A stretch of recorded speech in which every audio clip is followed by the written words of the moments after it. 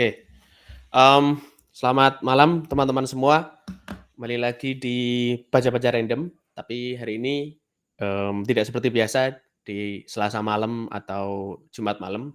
Hari ini, Rabu malam ya, teman-teman. Kita akan lanjut ke Baca-Baca Random. Ini mungkin agak sedikit berbeda, karena hari ini kita coba membaca salah satu buku. Memang ini buku, yang agak sedikit berbeda. Biasanya di beberapa pertemuan sebelumnya kita coba untuk membaca bareng, ngebedah bareng gagasan para, pemikir terutama di bidang filsafat. Nah, hari ini kita coba, eee, pindah haluan ya.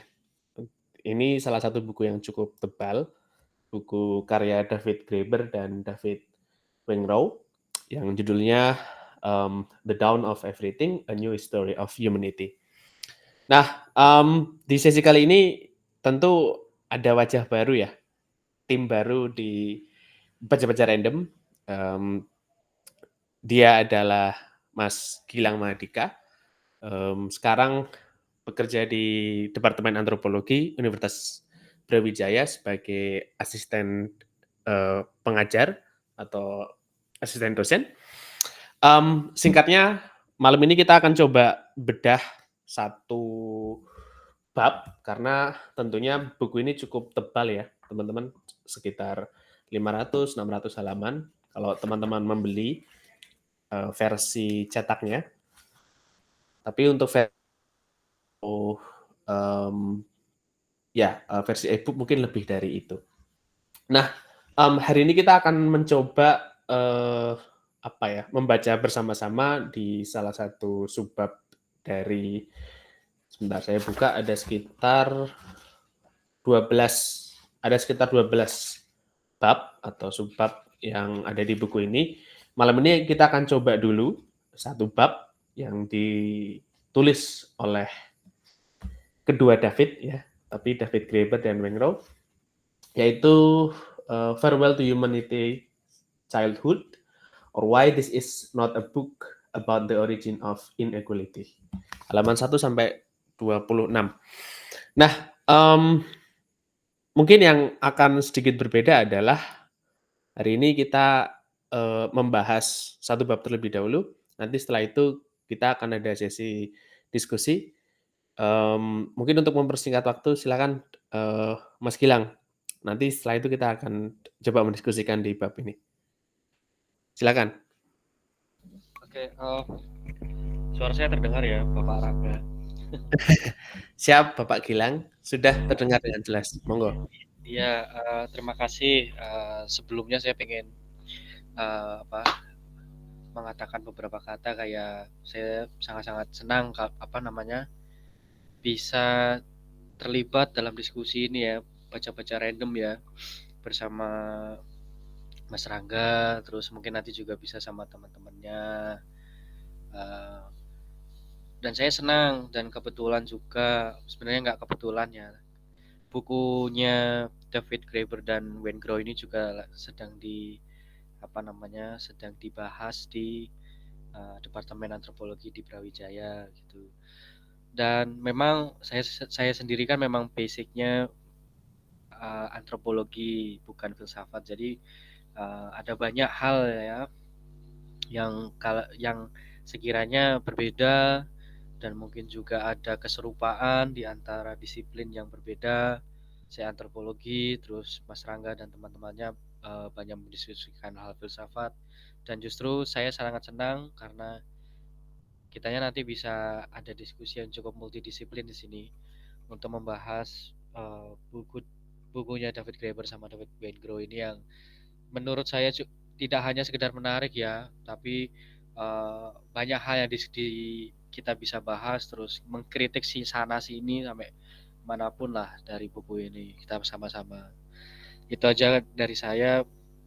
Sama satu hal sebelum kita mau berangkat lebih jauh membahas bukunya David Graeber ini, uh, duo David ya aku nyebutnya ya, karena sama-sama David, ada Wendrow sama Graeber nih sama-sama David.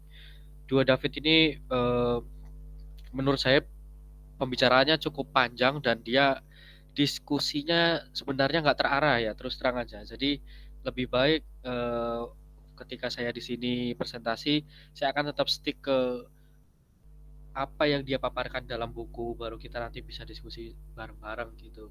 Apa saja yang menurut saya penting, ada banyak poin-poin penting, dan saya nggak akan keluar dari jalur itu dulu. Jadi ngikutin apa yang dikatakan dalam buku dulu, baru kita bisa diskusi lebih jauh tentang apa mungkin ketimpangan dan lain sebagainya. Itu dulu. Oke, kita mulai ya dari hal pertama. Ini chapter pertama ya, chapter 1 soal Farewell to Humanity's Childhood. Ini salah satu yang menarik karena dianggap kemanusiaan itu perlu dipikirkan ulang sebenarnya. Intinya seperti itu saja. Terus mula-mula ya, sebenarnya David David ini coba menuliskan pertama kali itu sebenarnya dia mau mikir manusia itu apa sih? Sebenarnya sederhananya itu ya. Meski manusia itu apa gitu. Karena di setiap zaman, entah itu kita ingin berpikir menggunakan paradigma evolusi, kayak misalnya zaman masih berburu meramu, terus habis itu bercocok tanam dan lain sebagainya. Apakah manusia itu selalu baik gitu? Atau manusia itu punya dua hal itu ya? Berpikir apa manusia yang baik, manusia yang jahat, katakanlah hanya ingin uh, berkuasa mungkin, atau membangun ekonomi yang cukup tirani dan lain sebagainya. Nah, sebenarnya awal-awal di bab itu dia ingin mengatakan soal itu. Kenapa sih dunia itu sangat-sangat mess ya? Mess itu kayak kacau ya. Eh, kacau balau ya, mungkin agak berantakan. Kenapa kok dunia ini berantakan? Kenapa kok manusia itu kok suka sekali memperlakukan satu sama lain itu secara tidak baik gitu katanya. Kadang kita suka perang ya kan, bahkan sampai sekarang masih ada loh perang ya kan, kita bisa temukan di mana-mana. Terus manusia juga dianggap rakus ya, terus mengeksploitasi udah jelas sekali terjadi di mana-mana. Terus banyak bentuk-bentuk kita menciptakan sistem ya yang membuat orang itu menderita, dan itu kok bisa seperti ini gitu, ada yang salah apa sama kita, padahal sebagai spesies ya, nyebutnya manusia itu kan termasuk dalam golongan Homo sapiens ya, kita itu sudah hidup 200.000 tahun lama ya, tapi kok masih ada masalah ini gitu, masalah perang, masalah ketimpangan, apapun itu kita kayaknya hidupnya tuh udah lama sekali di bumi ini, tapi kok terus-terus ada. Itu sebenarnya yang ingin dibahas secara mendalam, tidak sekedar hanya di disiplin antropologi, tapi banyak di ilmu-ilmu sosial lain. Bahkan yang harapan dari presentasi ini ya bisa mungkin sampai ke ilmu-ilmu alam juga bisa, mungkin bagaimana bisa terjadi, karena David Wengrow sendiri juga dia punya latar belakang arkeologi sebenarnya, dan dia, saya yakin dia banyak belajar soal multidisiplin di antara gimana arkeologi juga harus berhadapan sama uh, pertimbangan-pertimbangan ilmu alam seperti pembentukan geologis dan lain sebagainya. Jadi ini buku yang baik ya untuk ingin mengetahui bagaimana kok manusia itu selalu uh, di setiap periodenya, bahkan kita sudah tinggal lebih jutaan tahun yang lalu atau mungkin 200.000 tahun yang lalu, kita masih punya permasalahan-permasalahan kemanusiaan ini loh yang nggak sampai selesai gitu. Itu yang ingin dibahas sebenarnya. Lalu ada dua tokoh yang menarik yang akan terus akan dibahas sebenarnya dalam bukunya David ini ya, Graeber sama Wengrow ini. Ada dua buku yang menarik ini. Tidak cuma dua buku ya, dua tokoh ini. Rousseau sama Hobbes ya.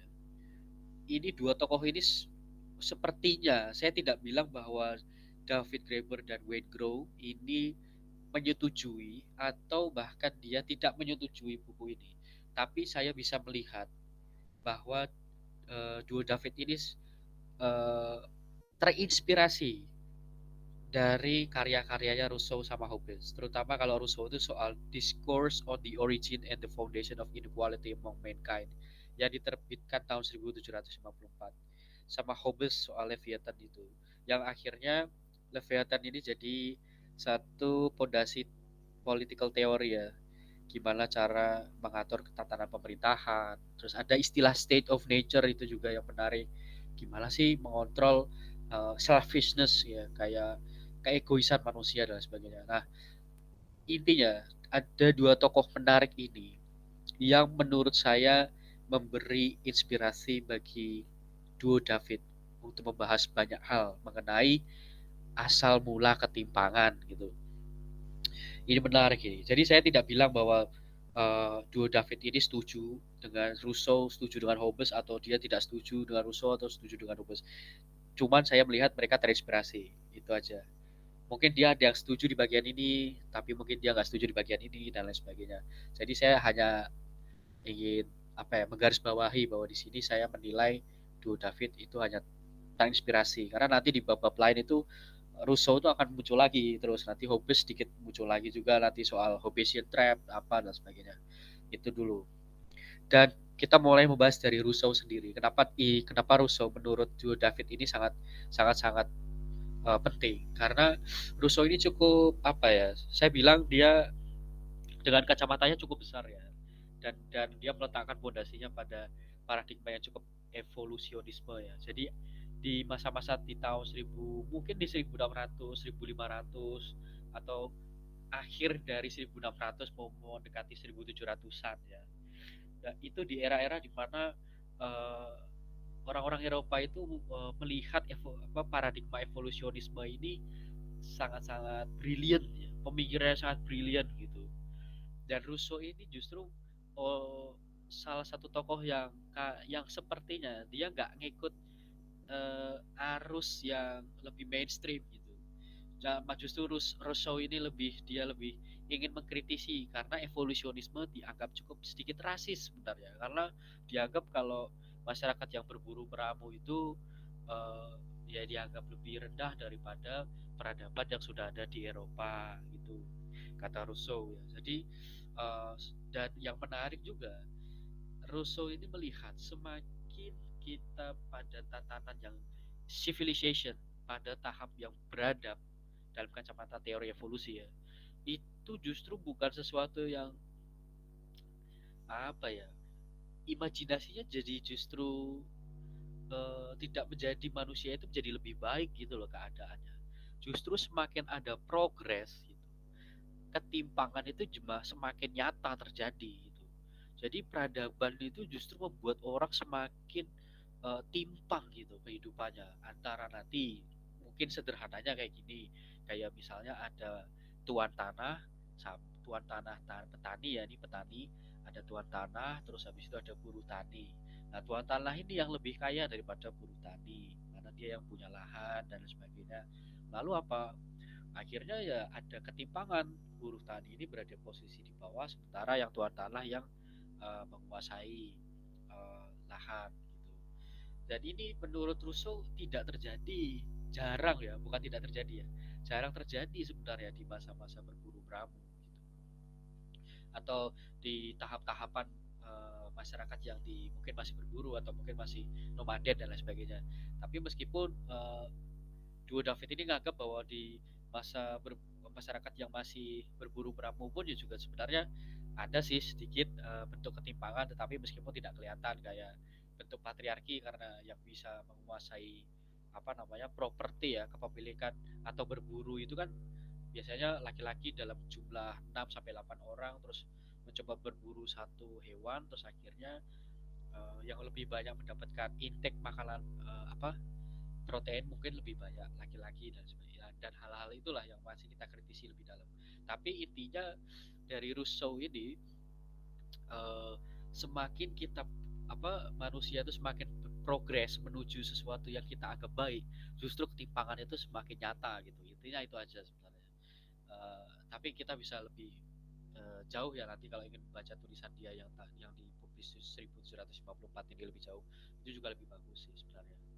Lalu Hobbes ini dia justru punya satu pandangan yang hampir serupa sama Rousseau. Kalau Rousseau lebih lebih lebih melihat soal tahapan-tahapannya ya, lebih ke evolusionisme. Tapi kalau Hobbes itu dari awal dia ingin melihat sebenarnya sifat keadaan fundamental manusia itu seperti apa gitu. Jadi dia nggak beranjak dari berburu meramu apa, tidak beranjak dari moda produksinya, tetapi dia beranjak dari eh, sifat karakter manusia yang secara fundamental itu seperti apa.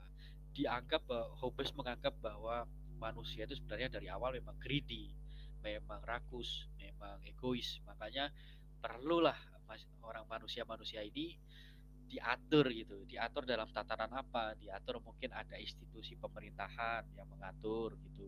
Jadi biar kalau ada yang rakus ya jangan rakus-rakus amat, tapi kalau ada apa dan sebagainya pokoknya perlu ada yang mengatur gitu. The state of nature ini harus ada yang ngatur. Hobbes itu punya bayangan seperti itu.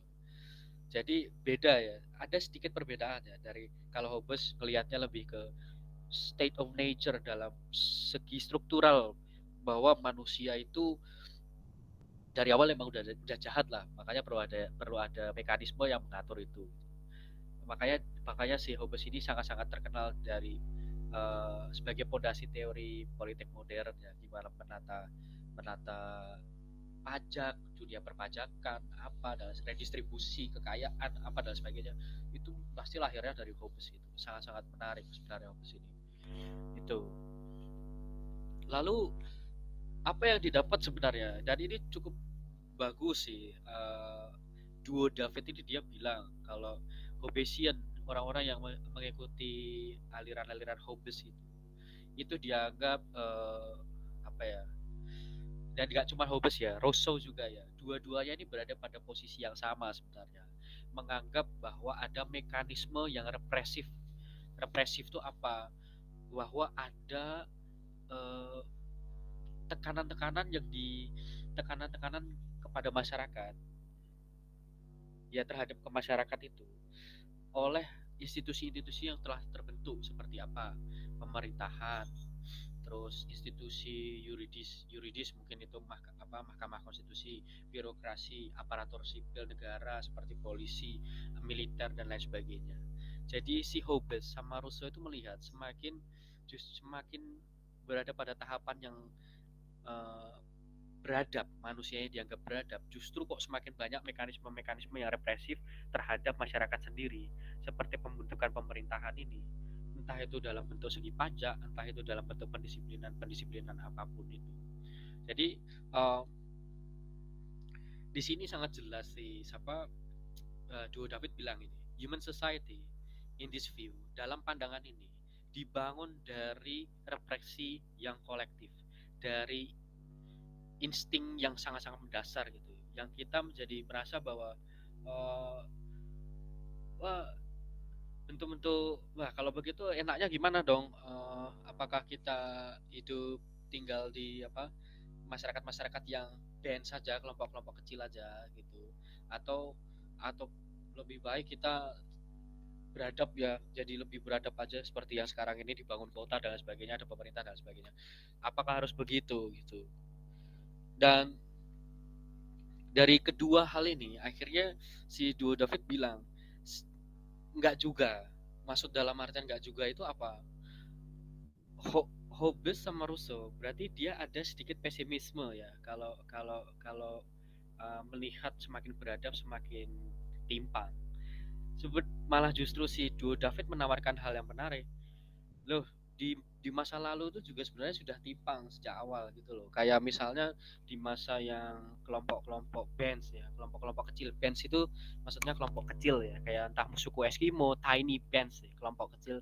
Dia dia kalau berburu berpencar gitu. Jadi dipecah-pecah jadi kecil karena sumber dayanya kan juga tersebar luas, dan itu juga upaya untuk tidak mengonsentrasikan ke satu titik aja, bahwa sumber dayanya hanya dikuasai siapa gitu kan. Tapi ini terpisah-pisah gitu. Nah, tapi kalau menurut si David Graeber sama David Waingro ini loh, dari awal kalau sudah seperti itu pun orang yang hunter gatherer itu juga ada loh pemimpinnya, yang kita katakan pemimpin ya, tapi pemimpin dalam artian bands ya, kayak laki-lakinya, alpha male leader itu maksudnya laki-lakinya yang memimpin gitu, kayak nanti berburu terus nanti ada apa namanya, ada yang ngatur lah ibaratnya. Meskipun bergeraknya secara kolektif, tapi meskipun kolektivitas yang dilakukan oleh masyarakat itu juga sebenarnya adalah sedikit-sedikit yang menjadi pemimpin gitu loh. Jadi ini jadi satu kritikal besar ini dari David sama duo David ini terhadap Rousseau sama si Hobbes ya.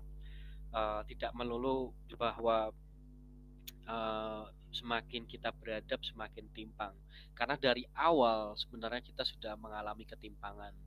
Itu yang menjadi titiknya. Lalu bagaimana? Nah, ini semua dari kitab pembacaan buku ini.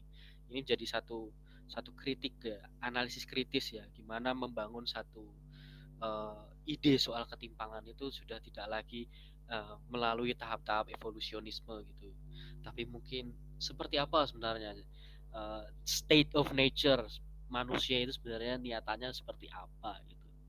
Nah, bahkan ini lihat to give just a sense, aku kasih tahu ya gimana sih perbedaannya masyarakat manusia ya yang dianggap egaliter gitu. Seperti ya orang-orang yang berburu meramu ini. Baru nanti orang-orang bertani yang dianggap bercocok tanam dan lain sebagainya. Abstraksi-abstraksi soal teori evolusi gitu. Itu perlu dipikirkan kembali. Nah, pertanian sebaliknya tidak berarti bahwa belum tentu juga loh ada bentuk kepemilikan privat. Ini juga menurutku cukup menarik karena kalau kalau Rousseau bilang bahwa semakin ada agriculture revolution lah, revolusi pertanian gitu atau yes yang dianggap bercocok tanam itu yang lebih beradab atau sekarang jadi kota itu lebih beradab gitu ya.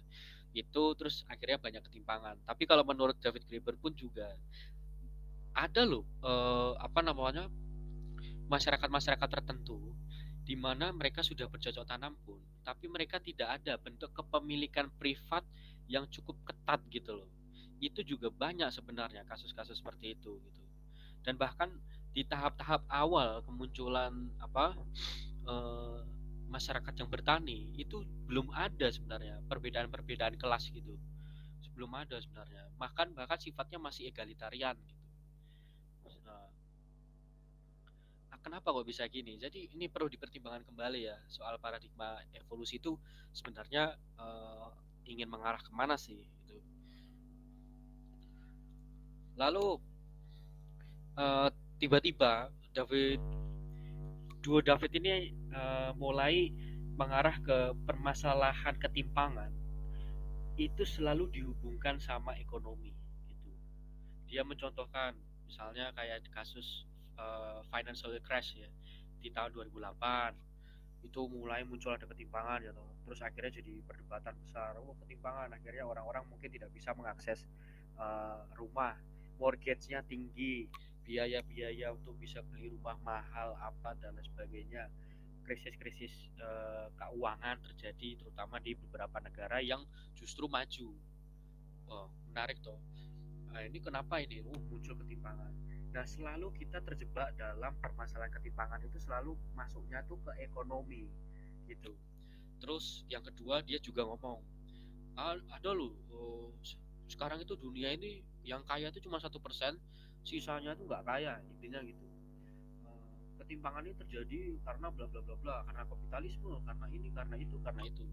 Terus habis itu eh, di tahun 2011 juga sebenarnya ada financial crisis yang terjadi di Amerika itu. Mortgage tinggi. Nanti coba lah nanti teman-teman lihat kasusnya gimana. Dan itu di waktu masa-masa kayaknya Barack Obama itu mau naik kan itu.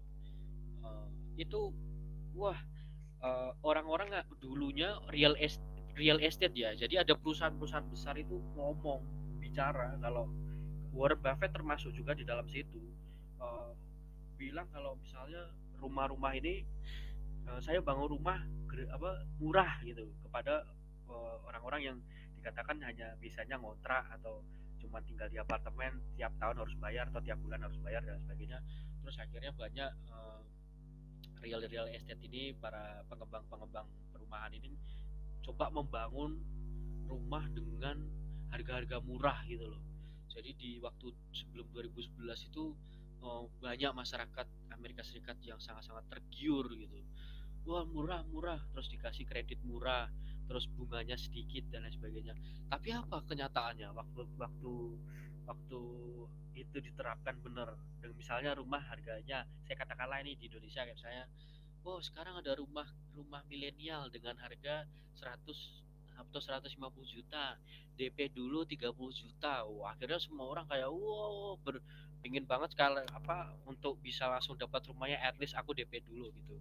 Nah, tapi apa yang nggak dipikirkan oleh negara-negara yang akhirnya kena krisis keuangan di tahun segitu, itu karena namanya harga rumah, harga tanah itu akan selalu naik gitu loh.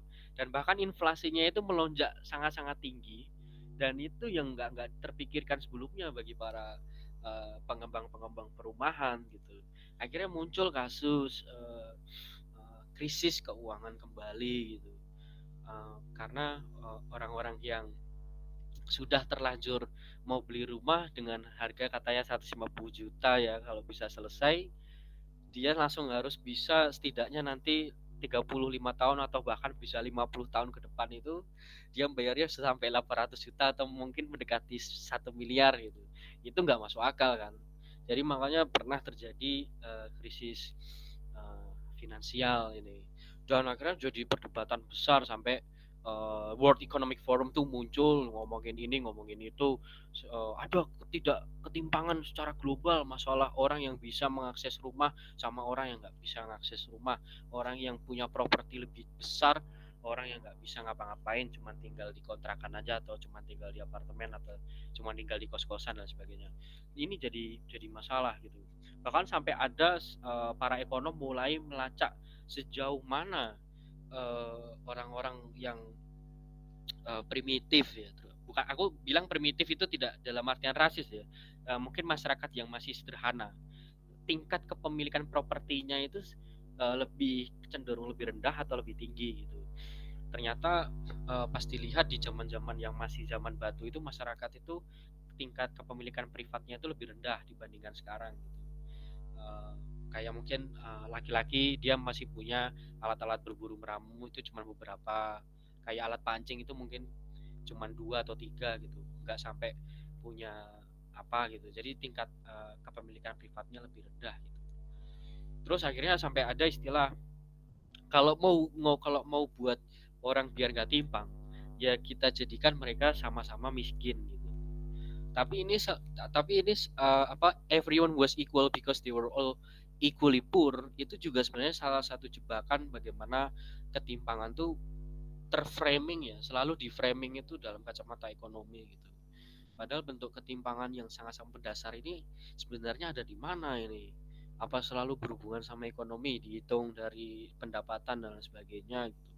Ya udah berarti kalau pengen nggak timpang ya jadikan semua orang miskin gitu. Atau enggak jadikan orang hidupnya seperti masyarakat yang masih sederhana seperti hanya berburu meramu atau enggak menanam tanaman-tanaman yang ya hanya untuk kebutuhan subsisten aja gitu. Tapi itu yang jadi pertanyaannya si duo David ini. Bahkan duo David juga tidak memberikan solusi juga. Di sini cuman berdiskusi aja mereka. Lalu dia juga ada sebenarnya. Ada dua tokoh lagi yang menginspirasi sebenarnya. Menginspirasi duo David untuk membahas apa sih ketimpangan gitu. Yang pertama si Francis Fukuyama. Francis Fukuyama itu dia sangat-sangat terkenal ya. Bapak ini cukup terkenal ya. Nanti teman-teman bisa lebih baca buku-buku dia soal bagaimana mengelola masyarakat multikultur, tapi dalam pandangannya cukup kiri sebenarnya, agak Marxis juga. Lalu Jared Diamond ini juga salah satu orang yang menarik juga, dia expert di bagian geografi, dia expert di ngomongin soal paleontologi dan banyak hal lah. Yang pertama Francis Fukuyama ya. Si Francis Fukuyama ini dia menarik loh sebenarnya. Dia sempat bilang bahwa mau nggak mau kalau misalnya kita sudah berada pada tingkatan masyarakat manusia yang sudah posisinya beradab lah ibaratnya, itu ya Ya pasti ada pemerintahan gitu loh. Pasti ada pemerintahan, dan pemerintahan mungkin katakanlah mungkin bisa represif gitu. Jadi nggak benar-benar bisa kita membuat masyarakat tuh setara gitu. Terus habis itu si Fukuyama juga merasa bahwa eh, di nah ini yang akhirnya jadi kritik si David Duo sebenarnya. Dianggapnya kalau masyarakat yang berada pada tatanan yang masih sederhana gitu, itu lebih enak sebenarnya organisasi-organisasi sosialnya gitu, karena lebih egaliter, lebih apa gitu, seperti bayangannya Rousseau lah. Jadi Francis Fukuyama ini lebih lebih lebih lebih cenderung kayak Rousseau. Jadi kepikirannya ya jadilah masyarakat sederhana aja gitu, karena lebih enak, terus lebih cukup egaliter juga, terus apa. Dan sebenarnya asal mula kenapa terjadi ketimpangan itu ya karena muncul muncul ada pemerintahan, muncul ada politik, muncul ada perkembangan pertanian dan lain sebagainya. Dan konsep-konsep kepemilikan privat semakin semakin apa? Semakin tajam ya, semakin kentara itu waktu ya itu sudah beradab gitu. Nah, Francis Fukuyama ini cukup cukup agak agak mirip Rousseau seperti itu. Terus uh, tapi kalau si siapa namanya, sebenarnya Jerry Diamond hampir sama sih. Tapi Jerry Diamond dia lebih apa namanya, uh, menjelaskannya lebih ke masyarakat yang tradisional itu seperti apa gitu. Uh, Memang banyak ada beberapa individu-individu di sana, terus habis itu mereka ada yang masih berburu peramu, dan beberapa ada yang menanam tanaman-tanaman atau spesies-spesies tanaman tertentu untuk kebutuhan subsisten dan lain sebagainya. Dianggap ini loh yang bentuk-bentuk apa namanya, yang enak dilihat gitu. Terus possessions ya, kepemilikan personal itu juga masih sedikit gitu, jadi kayak nggak terlalu kuat gitu loh kepemilikan, kayak nggak dikasih sertifikat SHM, sertifikat hak milik itu nggak ada. Kayak personal possessions itu sangat-sangat sangat-sangat rendah gitu. Kalau misalnya nanti ada tetangga yang pingin minjem alat pancingku, ya dipinjem aja, mungkin nggak dibalikin juga nggak masalah. Nah, masih masih gitu, masih sedikit kayak gitu. Atau ada yang mau minjem motor, terus motor kita atau apa, terus nggak dibalikin nggak masalah kayak gitu. Jadi uh, sedikit dianggapnya ya ini masyarakat tradisional tuh kayaknya masih enak nih, sangat-sangat egaliter gitu.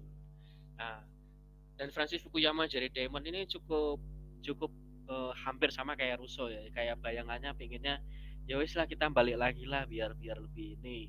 Nah, dan mereka di satu satu chapternya tuh bilang mau nggak mau kalau sudah tahapannya sudah benar-benar beradab, ya perlu diatur masyarakatnya, dan itu pasti ada ketimpangan dan lain sebagainya. Nah, Duo David ini bilang, wah ini berarti kesimpulan yang cukup suram no bagi orang-orang yang punya satu pandangan anarkis, karena si David Graeber kan dianggap punya satu ideologi yang cukup anarkis ya. Uh, Wah kalau kayak gini berarti konklusinya ya suram, nggak ada, berarti manusia akan terus hidup dalam ketimpangan dong kayak gitu. For anybody who ever wondered if there might be a viable alternative to the current status quo, still the truly remarkable thing is that despite the self-assured tone, such pronouncements are not actually based on any kind of scientific evidence. Dan ini satu juga kritik kepada Francis Fukuyama, Jared Diamond, dan bahkan si Rousseau sendiri. Kalau apa, mereka bisa bilang kalau lebih baik hidup seperti masyarakat yang masih tradisional saja, tapi itu tidak ada bukti ilmiahnya sebenarnya gitu loh. Kalau kamu tiba-tiba bilang bahwa eh, yang enak itu tinggal seperti masyarakat yang masih di masa-masa tradisional saja, itu bentuk konklusi yang sangat-sangat suram kalau menurut David Duo, dan itu tidak ada bukti saintifiknya gitu. Dan kami di sini adalah Duo David itu mencoba memikirkan kembali, sebenarnya apa benar kelompok-kelompok yang skala kecil ini lebih egaliter gitu. Dan justru dulu di masa-masa dulu waktu masih feodal juga sudah ada raja. Kalau sekarang kan raja diganti presiden dan lain sebagainya. Jadi menurut dia statement-statement yang dikeluarkan Francis Fukuyama, Jared Diamond, Rousseau itu perlu dipikirkan kembali, karena mungkin bukti scientificnya, bukti ilmiahnya belum ada. Itu sebenarnya. Lalu ini juga ada juga satu bab yang dia apa namanya, Dua David ini suka ya, terutama ngomongin soal kebahagiaan ya. Nah ini eh, saya cukup tertarik waktu bicara soal ini ya. Kalau kalau dia membagi banyak banyak ini sih, banyak term ya. Pertama soal private property. Rousseau sudah banyak menyinggung soal kepemilikan privat ini yang membuat terjadinya ketimpangan gitu. Terus kalau Hobbes bilang kalau critic of state of nature ini ya, eh, perlu diatur lah intinya biar biar manusia itu tidak buruk ya, yang keluar tuh nggak buruk-buruk aja. Dan Hobbes dan Rousseau ini eh, dicoba di challenge sama sama David Duo lebih jauh. Lalu apa yang dimaksud dengan kebahagiaan gitu? Apakah yang bahagia itu apakah semakin maju peradaban kita semakin bahagia atau masyarakat yang sederhana itu sudah bahagia gitu? Kalau yang saya baca di bab pertama, dua-duanya ini bisa salah gitu. Menurut David Duo, belum tentu yang maju itu akan membuat diri kita bahagia, belum tentu juga yang dianggap sederhana juga membuat kita bahagia gitu. Jadi bahagia itu apa gitu? Ini yang menurutku cukup cukup poin pentingnya ya untuk melihat kebahagiaan itu apakah dihitung dari uang, apakah dihitung dari ekonomi atau untuk apa? Karena ada Steven Pinker yang disebut sama David Duo. Karena ini Steven Pinker ini bagus dia. Terutama buku dua-duanya sih bagus nih bukunya. Tapi yang ingin dikritisi oleh David Duo itu adalah The Better Angels of Our Nature. Dianggapnya bahwa tindakan kekerasan itu semakin berkurang sejalan dengan perkembangan peradaban. Jadi semakin kita beradab, tindakan-tindakan kekerasan itu semakin berkurang. Kayak misalnya perang, terus apapun lah yang bentuknya sifatnya kekerasan. Karena yang sangat didorong adalah bentuk rasionalitas kita sebagai manusia gitu. Jadi Steven Pinker ini cenderung melihatnya lebih progresif ya dan lebih optimis kalau buat saya, ke depan itu lebih bagus gitu. Dan Duo David mulai menyinggung satu antropolog terkenal dan cukup kontroversial namanya Napoleon Sagnon. Dia punya buku yang menarik judulnya Yanomamo, Masyarakat Yanomamo. Yanomamo atau Yanomami ya. Aku kurang tahu pronunciation-nya apa ya, Yanomamo apa Yanomami. Masyarakat ini dia cukup kontroversial kalau menurut banyak antropolog ya. Nanti bisa dilihat di website karena uh, laki-lakinya itu dianggap uh, lebih apa ya, melakukan kekerasan ya, aku bilang tanda kutip kekerasan itu jadi untuk menunjukkan bahwa laki-laki ini lebih kuat daripada laki-laki yang lain, itu mereka harus bertarung sampai mati gitu. Jadi nanti tarung kayak kalau mau bayangin, tapi aku tidak menyamakan ya, bayangin kayak masyarakat Madura yang punya tradisi carok gitu. Jadi ya kayak seperti itu, bentuk pride juga jika nanti akhirnya salah satunya sudah menang, dia bisa mengalahkan lelaki yang lain, otomatis masyarakat Yanomami meyakini bahwa laki-laki tersebut uh, punya kondisi biologis yang sangat-sangat menguntungkan gitu. Ibaratnya berarti dia punya lebih subur daripada laki-laki yang kalah gitu. Jadi dia punya apa namanya, posisi yang menguntungkan secara biologis dan fisiknya dan lain sebagainya. Itu yang diyakini oleh Yanomamo ya, masyarakat Yanomamo. Sebelum mereka bisa menikah sama perempuan gitu. Dan ini Napoleon Sagnon ini satu contoh bahwa oh benar ya ternyata kalau kalau masyarakat yang masih sederhana itu sangat suka kekerasan, bahkan upaya-upaya untuk bisa apa namanya, bisa diyakini bahwa kamu tuh lebih subur, kamu tuh lebih kuat, kamu tuh lebih survival of the fittest-nya itu lebih lebih ini ya, dibandingin laki-laki lain tuh harus saling bunuh satu sama lain tuh menunjukkan bahwa kamu lebih kuat dari yang lain gitu. Dan dengan cara saling tarung ya. Nah itu kan salah satu contoh kekerasan ya. Uh, itu sangat-sangat sangat-sangat apa ya, seirama lah ya, seirama sama yang dibilang Pinker ya. Tapi ada dua kasus seperti kasus Helena Valero ya, yang yang saya juga tertarik sebenarnya. Helena Ferrero itu salah satu perempuan Brazil kalau nggak salah ya. Nanti coba teman-teman cari ya. Dia diculik oleh masyarakat Yanomamo terus akhirnya tinggal sama mereka gitu. Dan ketika Valero ini sudah ditemukan dan dia mau dikembalikan lagi ke negaranya, ternyata si Valero ini nggak mau. Justru malah Helena Valero ini tetap ingin tinggal sama masyarakat Yanomamo yang kita anggap fierce ya, masyarakat yang kejam gitu, masyarakat yang fierce itu apa bahasa Inggrisnya itu. Nah itu Valero itu dianggap apa? Kok malah dia lebih nyaman sama yang masyarakat yang dianggap kejam ini gitu. Aneh sekali gitu. Dan ini satu kasus Valero. Terus Romito itu juga salah satu penemuan arkeologis juga bahwa tidak selamanya masyarakat yang masih sederhana itu melakukan kekerasan karena banyak kasus orang-orang yang disabilitas, orang-orang yang membutuhkan perlakuan khusus itu waktu waktu dikuburkan di mana misalnya dia meninggal gitu, itu juga dengan cara yang hormat gitu.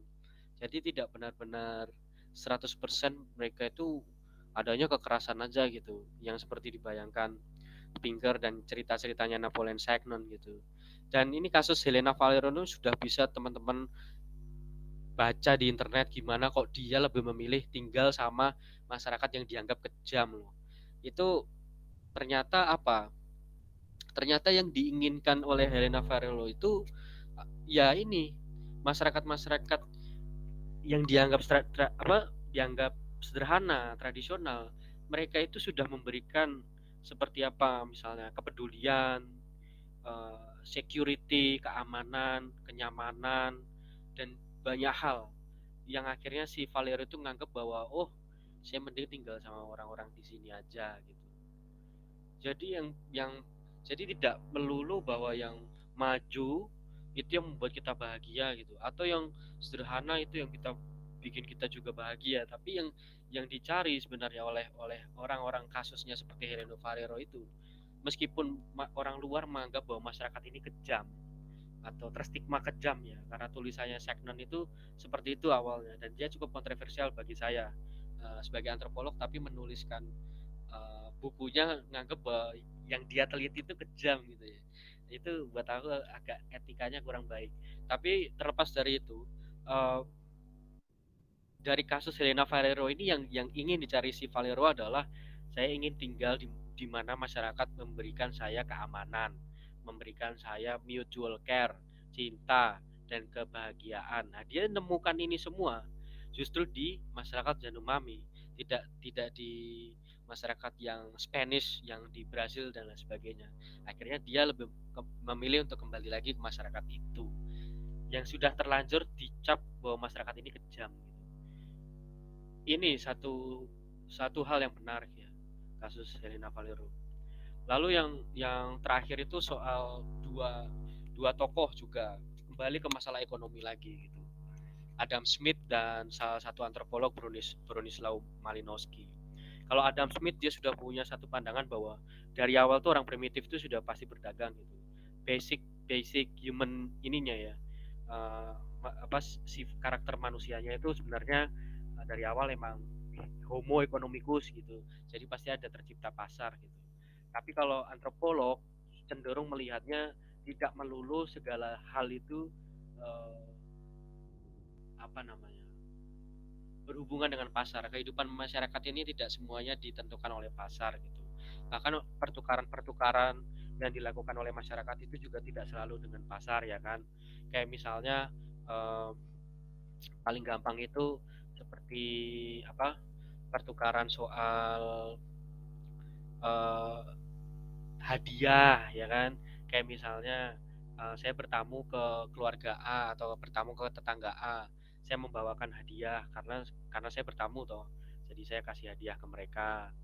Makanya waktu saya kasih hadiah, eh, mereka jadi kayak hadiah itu pun juga tidak dalam bentuk pertukaran langsung kan, kayak waktu saya kasih terus nanti tuan rumahnya kan merasa bahagia, wah makasih ya, wah mengerepotkan sekali dan sebagainya gitu. Jadi tidak selamanya eh, kehidupan masyarakat ditentukan oleh pasar sebenarnya. Bentuk pertukaran pun ya juga nggak selalu berjalan dengan pasar. Contohnya kayak ngasih hadiah itu. Orang yang ulang tahun juga dikasih hadiah, terus kita apa berharap balik kepada orang yang lagi ulang tahun kita kasih hadiah, terus biar nanti yang ulang tahun itu juga akhirnya ngasih kita timbal balik. Itu kan juga nggak begitu juga kan. Itu yang dikritik oleh Bronislaw Malinowski gitu. Um, dan sudah banyak tulisan-tulisan etnografi bagaimana apa bentuk-bentuk pertukaran itu bisa saja bekerja tanpa adanya mekanisme pasar itu.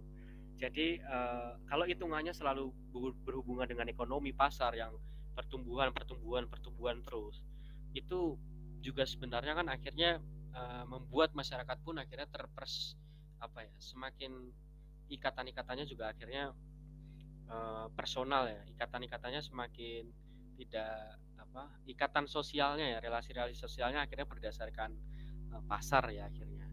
Dan itu yang coba Duo David coba mengkritik kembali.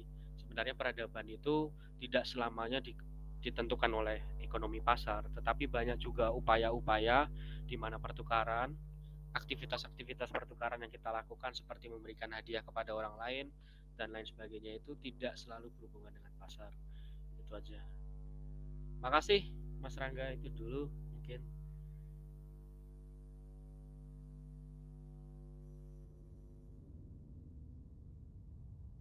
Oke, siap. Um, Thank you Gilang, udah memaparkan satu bab ya. Artinya sudah membaca sekitar 25 halaman untuk bab ini, dan perlu diketahui ya teman-teman bahwa bab ini masih belum membicarakan apapun ya. Masih hanya sekedar pengantar, dan yang menarik dari bab ini menurut saya adalah semacam brainstorming bahwa mungkin saja pemahaman kita tentang era pencerahan, enlightenment, dan lain sebagainya, itu kita masih sangat terpaku dengan dua pandangan filosof politik yang besar ya, si Hobbes sama Rousseau tadi. Memang sampai hari ini itu masih jadi perseteruan ya, nature atau natur, kodrat dari manusia itu apa sebetulnya? Apakah memang dari lahir dia adalah satu makhluk yang buas, yang kalau dalam interpretasi kita mungkin barbarik ya, dia tidak punya moral, tidak punya nilai, sehingga kemudian harus didisiplinkan dalam tanda kutip, atau justru sebaliknya bahwa kodratnya manusia itu adalah makhluk yang sudah sempurna, interpretasi apapun ya, kita bisa interpretasikan secara biologicals atau bahkan theologicals, ada yang beranggapan demikian karena fitrahnya manusia itu sudah baik misal. Nah, di sini kalau dari pembacaanku ya Mas Gilang, nanti Mas Gilang mungkin bisa nambahin lah gimana, tapi ini dari pembacaan dan perspektifku sendiri bahwa Graeber justru mengajak kita untuk memikirkan ulang bahwa jangan-jangan pemahaman kita tentang asal-usul dari manusia, maksudnya asal-usul dari manusia dari sini adalah kita batasi timeline pembicaraan kita itu anggap saja sejak modern lah, sejak awal modern, kemudian pencerahan, dan hari ini ya, kontemporer, postmodern, dan lain sebagainya. Itu masih sangat bergantung dengan bagaimana para filosof ini menjelaskan tentang kodrat dalam tanda kutip manusia itu sendiri gitu loh. Karena hampir beberapa buku-buku, misalnya kalau kita temui buku-buku tentang pengantar filsafat politik atau buku tentang antropologi manusia. Kalau antropologi manusia ini kalau dalam filsafat itu ada juga yang mengkategorikan sebagai filsafat manusia, philosophy of mind, dan sebagainya. Pasti si duo filsuf ini yang tadi dimention oleh Graeber dan Wengrow itu adalah cikal bakal dari bagaimana kita memahami nature-nya seseorang seharusnya. Ada yang beranggapan bahwa Leviathan adalah penerjemahan dari sebuah hukum yang menakutkan karena dasarnya karena manusia punya kodrat yang buas, maka harus ada kekuatan yang harus di atasnya, gitu. Atau sisi lain, ada orang yang menganggap bahwa Rousseau adalah seorang pemikir politik yang handal karena dia bisa melihat sisi baik dari manusia ketika manusia bisa berkumpul, bisa bekerja sama, bergotong royong, dan lain sebagainya. Mereka akan menciptakan sebuah tatanan yang harmonis sehingga tatanan itu adalah tujuan dari utama, bangsa manusia.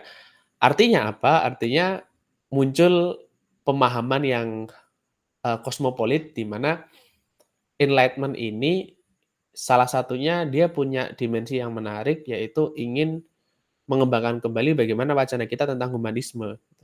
Tapi kan perlu diketahui bahwa sepenangkapanku membaca di bab ini karena judulnya cukup cukup provokatif gitu loh.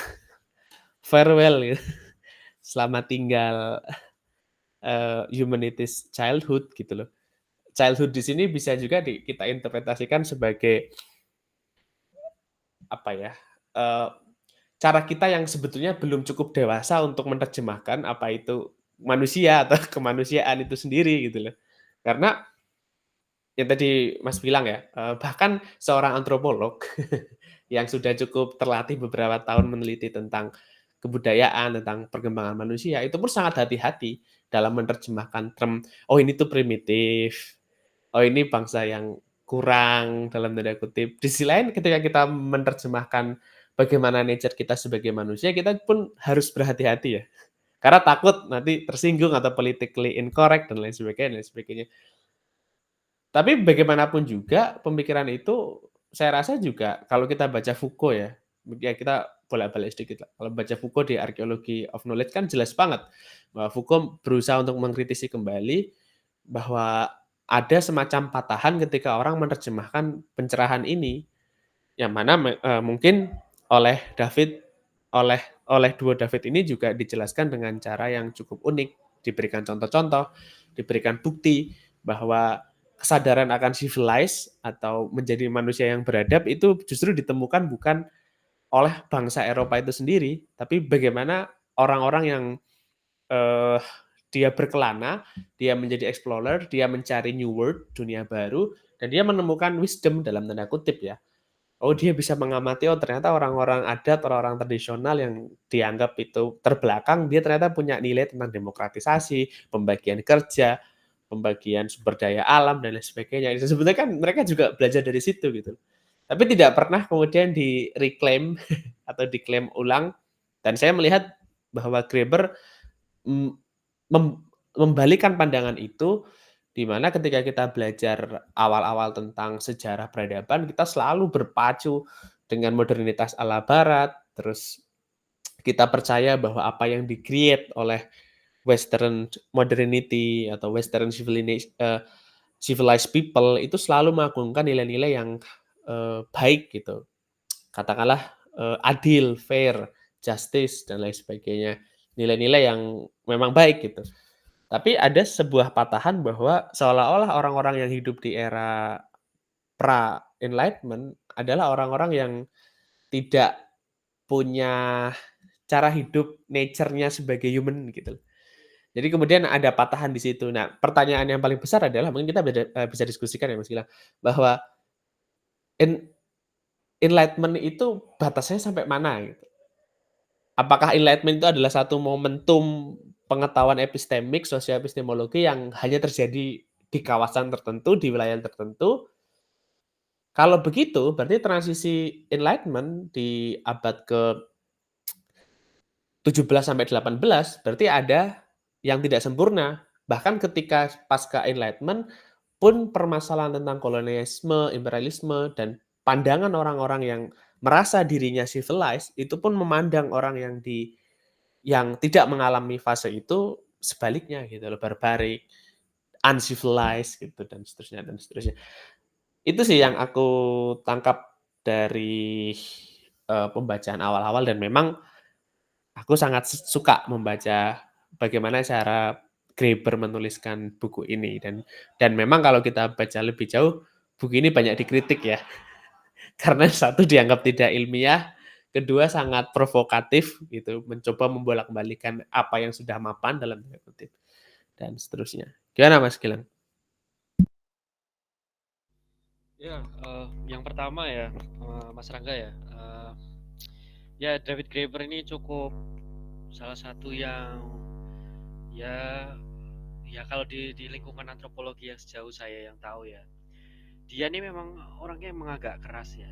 Aku tanda kutip keras tuh bukan kayak dia eh, tegas atau apa keras kayak mentah-mentah gitu bukan. Tapi dia memang punya satu pemikiran yang cukup cukup banyak loh, banyak banyak banyak yang nggak bisa menerima. Tapi sebenarnya ya saya melihat justru kebenaran tuh ada di situ sebenarnya loh.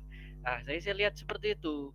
Eh, dia punya satu pandangan ya yang orang suka sekali. Aku juga coba ini.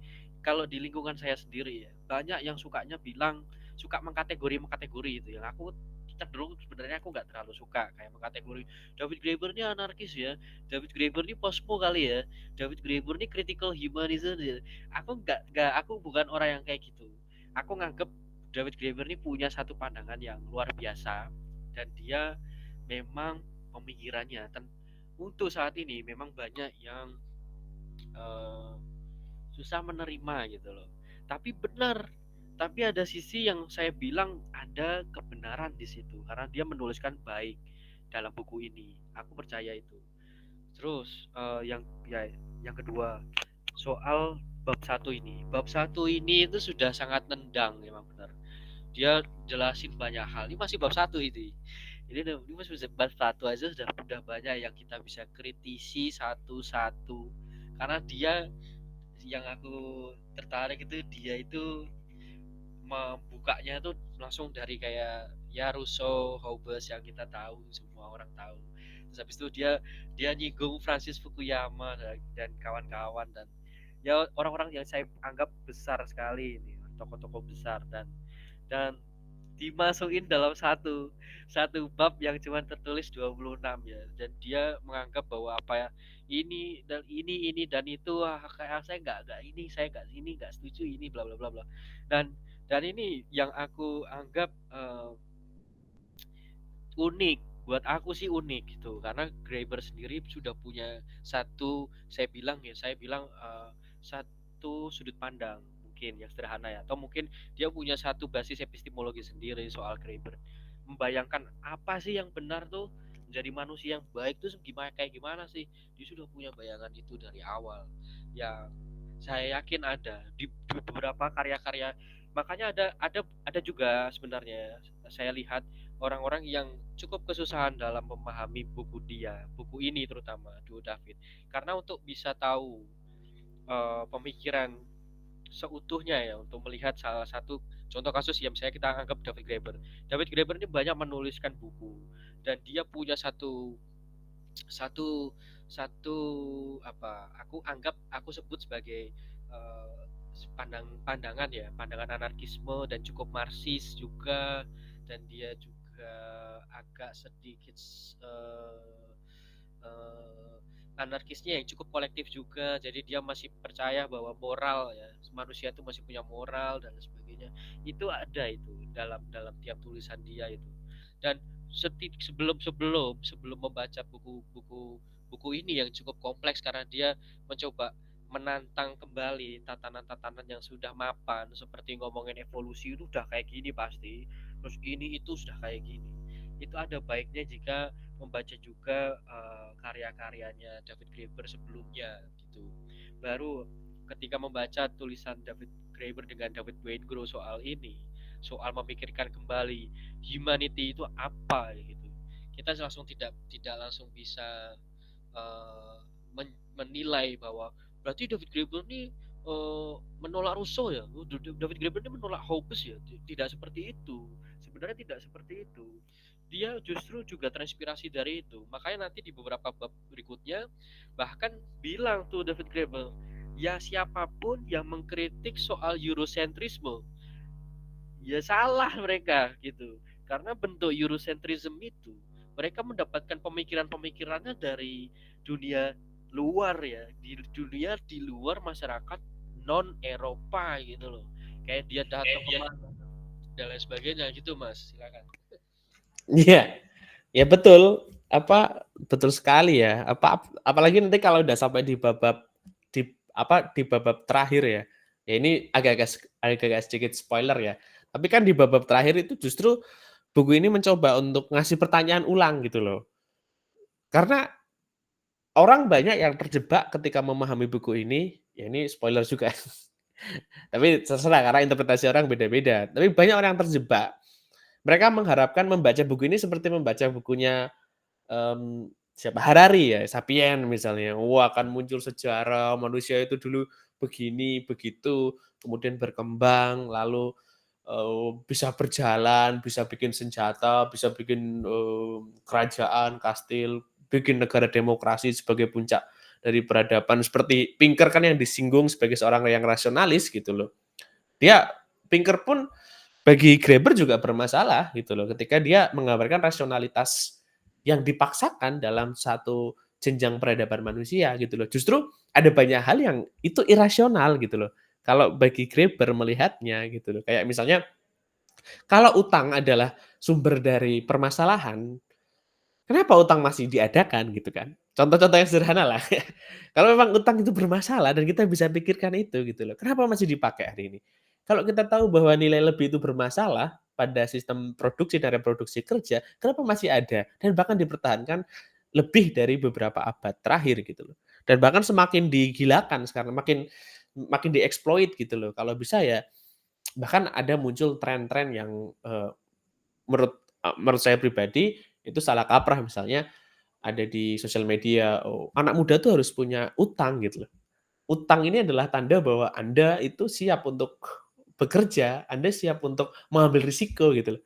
Rasionalitasnya itu kan yang dibentuk itu bukan bukan seperti rasionalitas yang linier ya. Jadi kritiknya kan seperti itu, dan anehnya adalah orang ketika memahami, mmm, sejarah tentang manusia itu seolah hanya selalu linear gitu loh, bergerak ke depan terus lancar, terus puncak-puncaknya itu pasti ada. Hari ini kita mengklaim bahwa, oh, demokrasi itu adalah puncak, kan ukuran suatu negara maju atau tidak kan memang sekarang diukur seperti itu ya. Misalnya, oh, Thailand nih kok sudah kelihatan ke arah di antara otoritarian apa demokrasi misalnya, oh, atau ini Filipina kok sudah mulai ke arah yang sifatnya terpusat misalnya, sentralistik dan jadi ukuran-ukuran itu loh yang, eee, malah bisa men-challenge kita ketika kita memahami bagaimana sejarah kemanusiaan itu sendiri gitu. Nah, berbicara soal judul ya, lagi-lagi judul di bab satu itu bahkan sampai selesai membaca bab ini saya masih bertanya-tanya banyak hal gitu loh, kayak kalau memang sejarah 200 tahun terakhir, meskipun masih ada PR besar ya, bahwa proses tracing kita terhadap kejadian-kejadian besar, karena tidak mungkin seorang sejarawan itu bisa menangkap semua cerita. Kalau bagi seorang geolog, kenapa geolog itu mundur ke arah batu? Karena geolog percaya batu itu punya ceritanya sendiri dan itu atau terekam. Dan mereka lebih mempercayai batu karena bentuknya jelas gitu. Alih-alih cerita, alih-alih tulisan atau bahasa lisan tentang penggambaran sebuah pembabakan sejarah. Tapi tentu itu tidak bisa disamakan karena sejarah manusia itu tidak sama dengan sejarah batu gitu. Dan perhitungan tentang batu bagi orang-orang geolog atau geologis itu sangat-sangat akurat gitu loh, dan itu bisa diukur gitu. Tapi anehnya pengukuran kita terhadap kemanusiaan itu selalu kita usahakan gitu loh, dan memang itu suatu usaha yang unik dari manusia. Coba mulai dari ya, positivisme melihat manusia itu sebagai fisika sosial gitu, kayak physics of society gitu. Jadi bisa dihitung dan lain sebagainya, manusia bisa dikalkulasikan. Dan hari ini, meskipun memang tidak dibahas banyak oleh Graeber, tapi hari ini kita berusaha untuk memetakan diri kita melalui big data misalnya atau mahadata. Katanya dengan adanya mahadata kita bisa, eee, membaca atau paling tidak melakukan antisipasi pada hal-hal yang tidak terduga. Tapi faktanya benar tadi yang Mas Gilang katakan di awal gitu loh. Kalau memang perang itu adalah hal yang paling paling ingin dihindari oleh manusia, tapi kenapa hari ini justru ada perang yang diada-adakan gitu loh. Itu dulu lah paling. Heeh. Ini bagus nih, cukup filsafat ini pertanyaannya Mas Raga ini. Apa, tapi ini bagus ya, ada banyak hal yang kita bisa pikirkan bersama-sama soal, padahal ini masih saya sangat sangat sangat sangat senang juga sama bukunya David Graeber nih, masih bab satu aja tuh kayak kayak banyak berandai-andai cukup luar biasa dia. Ini brilian emang orang itu, luar biasa sekali. Eee, ada yang pertama yang saya ingin menggarisbawahi soal utang ya, terutama yang utang dulu. Utang itu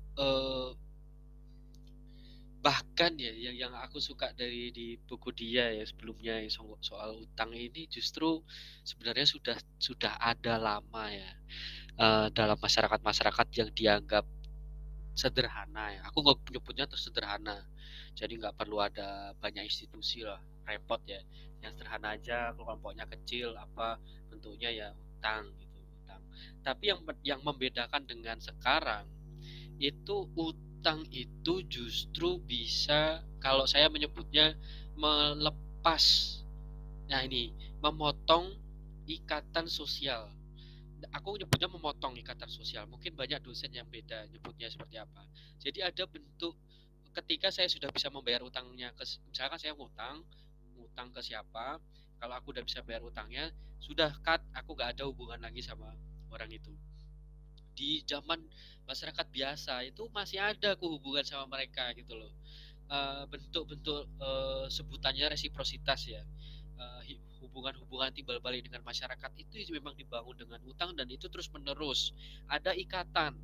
Tapi ketika tiba-tiba ada rezim nih, aku nyebutnya rezim nih bisa aja negara bisa, rezim bank bisa apa ya, datang dia juga nawarin utang dan akhirnya apa? Terjadi personalisasi ya, atau terindividualkan dulunya masyarakat yang kita anggap punya ikatan kolektif yang baik ya. Oh, semua jadi terindividu, tak tak tak tak satu satu satu satu satu. Jadi aku misalnya nanti utang di bank, jadi akhirnya semacam jadi individu hitungannya gitu loh. Dan ini bentuknya sangat sangat sangat sangat personal dan privat juga ya. Ini yang menurut David Graeber akhirnya banyak kekacauan di masa-masa modern sekarang ya. Permasalahan utang yang itu bisa ngarah ke kondisi psikologi seseorang, terus habis itu apa dan sebagainya. Dan kita dibangun benar-benar dari utang dan utang ini justru bukan semakin semakin tanda kutip ya semakin baik. Dulu utang itu tidak dalam dalam yang saya pahami dalam buku dia yang Debt, the first 5,000 years itu menurutku bagus sekali, di mana sebenarnya orang-orang zaman dulu itu sudah punya mekanismenya utang yang baik itu seperti apa gitu loh. Bahkan otoritas-otoritas keagamaan entah itu dari gereja entah itu dari apa menganggap jika ada debt ini, kalau sekarang pinjol ya, eh, itu ya seperti kan ya saya bilang ini kasar kayak lintah darah ya toh, mereka debt collector ini apa tidak manusiawi lah ibaratnya gitu. Terus perlu ada mekanisme di mana agar masyarakat lebih bisa diampuni dan sebagainya. Menurutku itu sudah ada gitu. Tapi kalau waktu mulai semakin utang ini semakin tidak manusiawi tanda kutip ya, aku nyebutnya nggak manusiawi. Itu waktu negara sudah datang juga di situ sudah ada agama gitu, agama juga nganggap apa, ditambah lagi pemerintah yang lebih gitu ya, terus habis itu utang gitu. Itu buat aku sekarang utang itu bermasalah di situ. Jadi benar-benar tidak benar-benar manusia gitu loh. Membuat kita itu kayak sudah dari lahir itu ngontrak apa ya, sudah tanda tangan kontrak sama iblis gitu loh. Ibaratnya kayak gitu kalau lihat utang sekarang ini. Kayak baru lahir tuh udah ada utang gitu. Itu ngeri ya. Itu ngeri sih. Nah, makanya yang paling radikal dari pikiran dia soal utang itu ya udahlah kalau bisa aku sih aku nganggapnya gitu agak radikal dalam artian udah dihapus aja World Bank sama IMF hilang aja tolong gitu. Aku pengennya kayak gitu ya. Eh, itu satu yang soal utang ya. Kenapa kok semakin kesini orang-orang semakin terindividual ya, gara-gara utang. Relasi-relasi sosial kita semakin longgar gara-gara itu.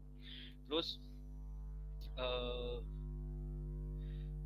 masalah apalagi itu mas? Yang tadi terakhir soal eh, ketimpangan ya. Itu juga juga salah satu.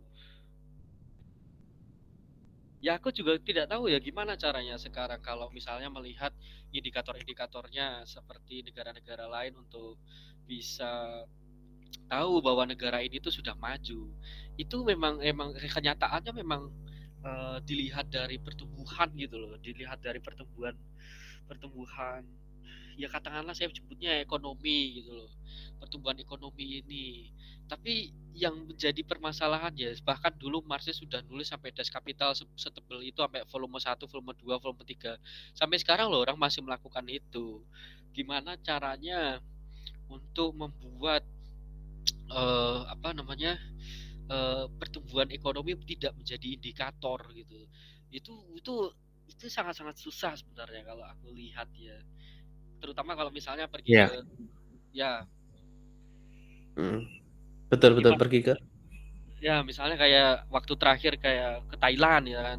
Thailand itu dia masih bahkan sistemnya feodal. Maksudnya aku feodal itu raja kan yang ada raja. Terus habis itu PM-nya ada gitu. Nah, ini pun dia juga sistemnya sangat-sangat kuat sekali kalau misalnya ngomongin soal pertumbuhan ekonomi di Asia Tenggara gitu. Semua dihitung dari indeks-indeks itu. Bahkan sekarang yang menarik apa? Indeks tidak hanya sekedar ekonomi, tetapi sejauh mana negara itu punya penduduk yang multikultur. Itu sekarang itu juga. Ini menarik buat aku. Semakin multikultur negaranya, indeks ya semacam prestasi suatu negara tersebut jadi semakin dia katakan sukses gitu.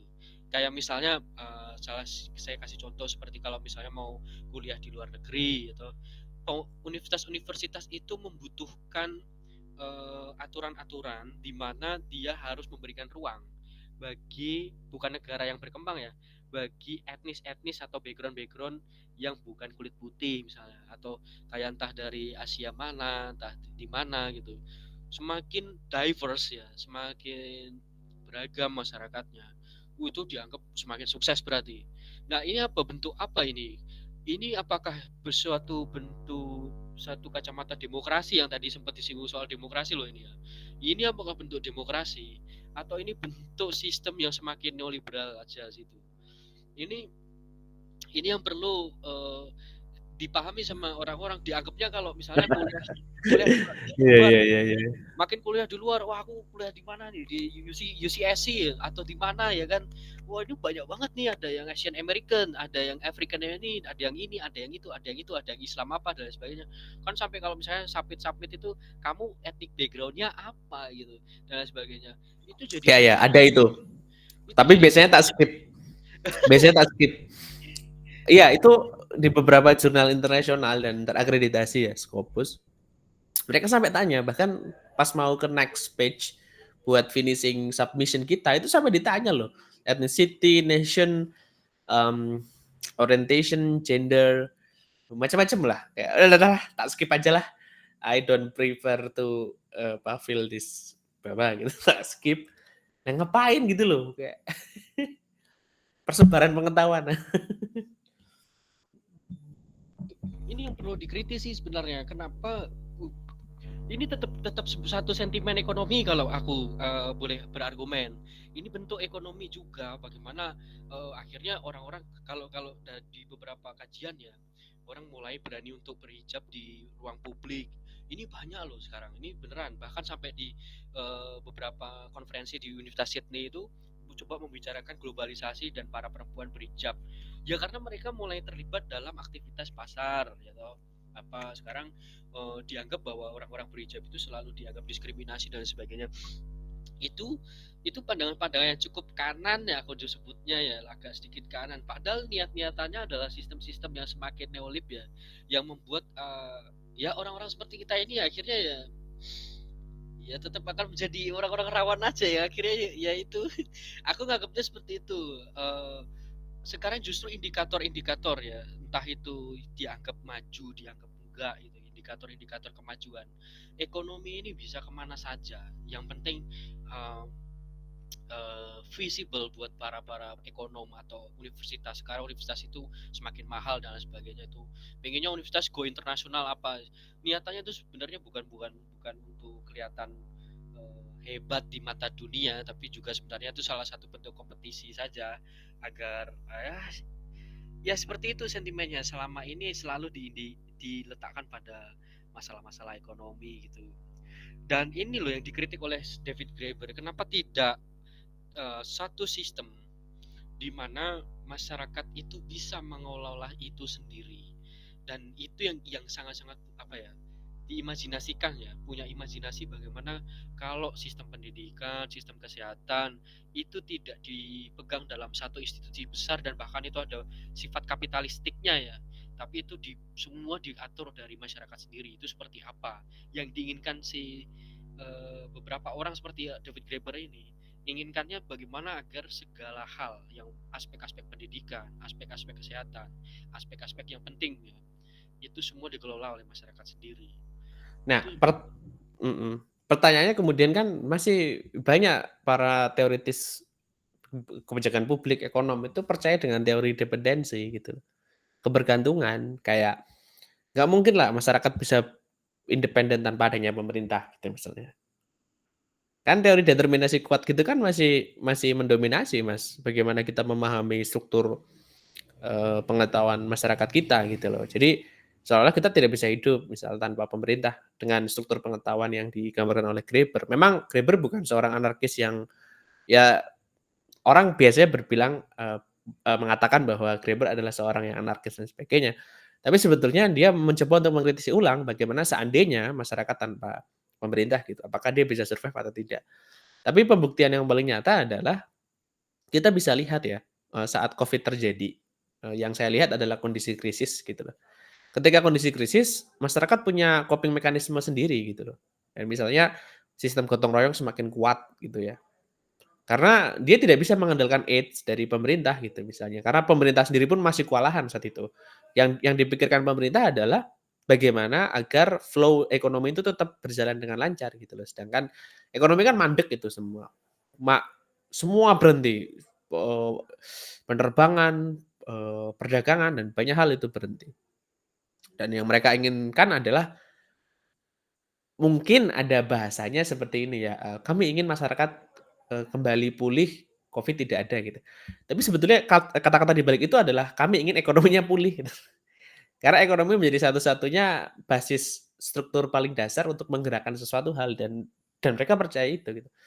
Nah saat Covid itu kan jelas banget ya, kan beberapa daerah-daerah di berbagai wilayah di Indonesia, mereka punya coping mekanisme sendiri-sendiri, meskipun ada yang sangat barbar dalam tanda kutip, ada yang sangat civilized, memanusiakan, ada yang sangat rasis dan lain sebagainya. Tapi terlepas dari itu semua ya memang seperti itu gitu loh, itu yang terjadi. Jadi menurutku krisis itu ngasih gambaran yang berbeda dan itu sangat-sangat menarik gitu loh kalau kita ngelihat itu. Semua udah yang kayak kita sering obrolin lah soal bagaimana orang yang hidup dalam reruntuhan pasca perang atau saat perang gitu. Orang-orang hidup tinggal di Palestina, misal di Gaza, di Irak, dan lain sebagainya. Dia they living without the order, without the governance gitu. Jadi kayak akhirnya mereka punya ini sendiri-sendiri gitu. Tapi kan pertanyaannya adalah apakah kondisi itu harus terjadi saat krisis gitu loh. Bagaimana ketika bukan krisis, kondisi yang stable. Nah, sedangkan Mas tadi juga ngomong soal happiness. Yang happiness ini agak-agak tricky gitu. Tapi indikator happiness ini juga sangat menarik apalagi dengan pola pemikiran dan perspektif masyarakat kita gitu loh. Masyarakat mana dengan gaji yang sangat rendah dia bisa sangat bersyukur ya, blessing ya. Itu kan nggak bisa dinalar. Pinker datang ke Indonesia bingung dia. Lah ini kok orang pada bisa gitu loh.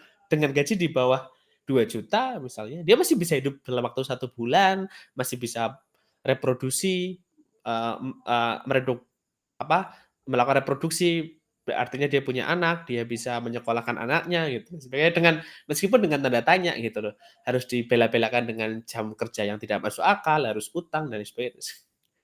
Tapi survive gitu loh. Tapi apakah ini disebut sebagai kesadaran semu atau false consciousness ya ataukah justru karena kita semua sedang susah, akhirnya tidak kelihatan susah yang senyata-nyatanya gitu. Nah itu menarik sih menurutku. Kemudian kita mencoba menganalisis karena bagaimanapun juga masyarakat Indonesia, masyarakat yang memang sangat-sangat didominasi dengan banyak hal gitu loh. Nilai moral itu kan menjadi hal yang tidak bisa kita abaikan gitu loh. Bukannya kita entai dengan moral, religion value, spiritual value, tidak, tapi sedikit banyak itu sangat mempengaruhi gitu. Kalau kita coba komparasikan dengan negara-negara sekuler. Bahkan negara yang sekuler sekalipun ketika kita ngomongin soal pemilu, populismenya lebih kuat gitu loh. Kayak Amerika misalnya, kan justru berbanding terbalik gitu. Ya happiness sih, ini menarik sih.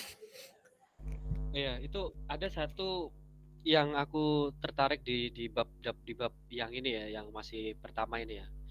Eh, Soal happiness itu. Makanya indikatornya apa dulu? Kalau kalau kalau nganggep pakai gaya-gaya Hobbes sama apa Rousseau ya, kalau kayak David mungkin ya saya bilang mereka nggak setuju kalau ngomong happiness. Terus habis itu eh, duo David ini ya pasti kayak wah nggak bisa, Rousseau nggak bisa no happiness kok diukurnya dari ini. Terus Hobbes juga kok kayaknya ngatur-ngatur kayak gitu, nggak mau lah. Makanya happiness ini apa gitu. Lalu eh Pinker juga itu, tapi yang menarik ya, yang aku cukup terkesan dengan Steven Pinker itu, buku dia itu kalau aku nyebutnya semakin baik buku itu ya semakin baik buku itu buku yang bisa dikritik ya. Itu buku itu buat aku nggak cuma bisa dikritik ya, dia cukup naif gitu loh. Jadi kayak ngelepas semuanya aja, kayak variabel-variabel lain itu nggak usah, ya penting aku cuma pengen lihat ini gitu, ngelihat kalau oh indikatornya naik, bro indikatornya berkurang aja ini orang-orang yang melakukan kekerasan gitu aja. Tapi dia nggak lihat variabel-variabel lain terus terang, entah apa dia cuma akhirnya memaparkan apa, karena dia orang psikologi dan dia cukup linguistik juga.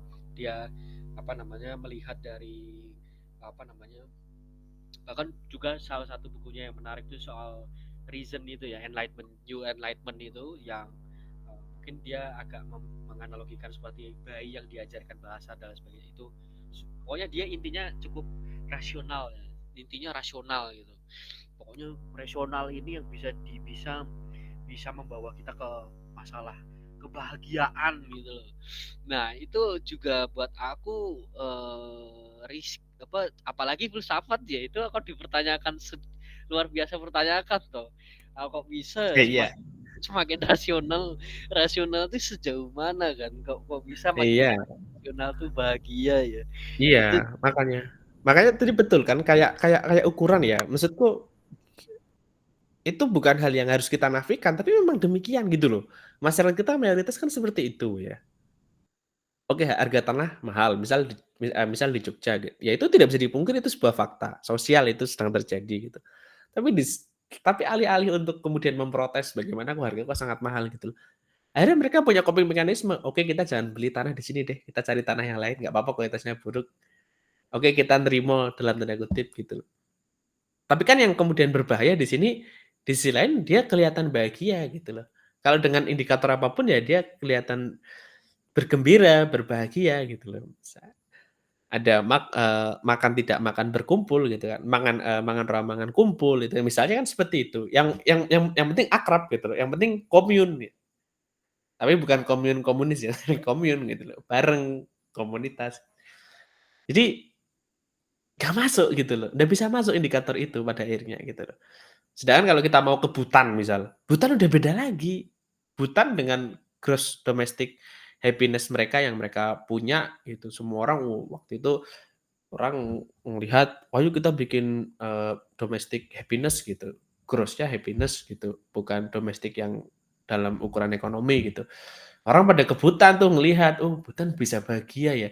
Tapi kan beda ya, situasi situasi geografikalnya sangat beda. Mereka pegunungan, mereka jauh dari hiruk-pikuk kota, mereka hanya berfokus pada pencarian tertentu, mereka mengembangkan kelembagaan sosialnya secara kekerabatan kuat dengan dengan kedekatan emosional yang sangat dekat.